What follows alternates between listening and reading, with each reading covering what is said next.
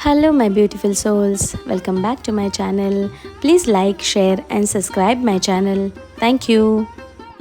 श्री शिव पुराण शतरुद्र संहिता 18वां अध्याय। एकादश रुद्रों की उत्पत्ति। नंदीश्वर बोले, हे मुने, अभी मैंने आपको कल्याणकारी भगवान शिव के दशावतारों के बारे में बताया। अब मैं उन्हीं शिवजी के 11 अवतारों के बारे में बताता हूँ। इन्हें सुनने से असत्य के दोष से उत्पन्न होने वाली बाधा दूर हो जाती है।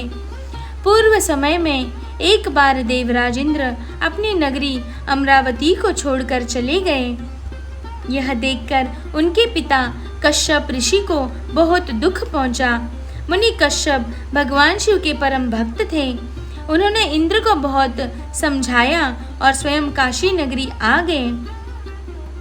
वहां उन्होंने परम पावन गंगा जी के स्नान के पश्चात विश्वेश्वर लिंग के दर्शन किए और उसी के पास एक अन्य शिवलिंग की स्थापना की।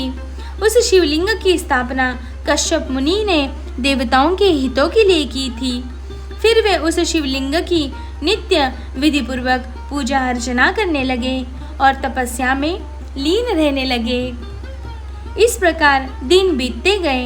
एक दिन प्रसन्न होकर भगवान शिव प्रकट हुए और बोले, हे मुनि कश्यप, मैं आपकी आराधना से प्रसन्न हूँ। मांगो, क्या मांगना चाहते हो? मैं तुम्हारी इच्छा अवश्य पूरी करूँगा। तब भगवान शिव के वचन सुनकर कश्यप मुनि बहुत प्रसन्न हुए और महादेव जी की स्तुति करने लगे।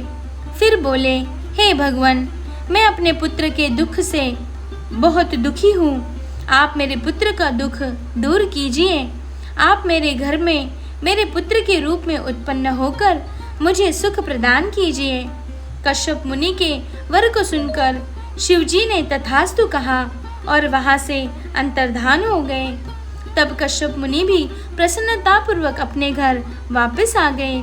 उन्होंने सब देवताओं को अपने वरदान के बारे में बताया, जिसे जानकर सब देवता बहुत प्रसन्न हुए। भगवान शिव अपने द्वारा दिए गए वरदान के फलस्वरूप कश्यप मुनि के यहाँ उनके पुत्र के रूप में जन्मे। कश्यप मुनि ने प्यार से उनका नाम सुरभि रखा।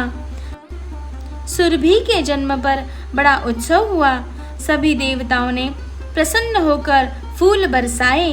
अप्सराएं नृत्य करने लगी तथा चारों दिशाओं में मंगल ध्वनि गूंजने लगी।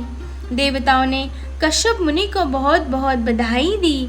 तत्पश्चात सुरभि के बड़े होने पर उनसे कपाली, पिंगल, भीम, विरूपाक्ष, विलोहित, शास्ता, अजपाद, अपिर्बुद्ध, शंभु, चंड तथा भव नामक 11 रुद्रों ने जन्म लिया।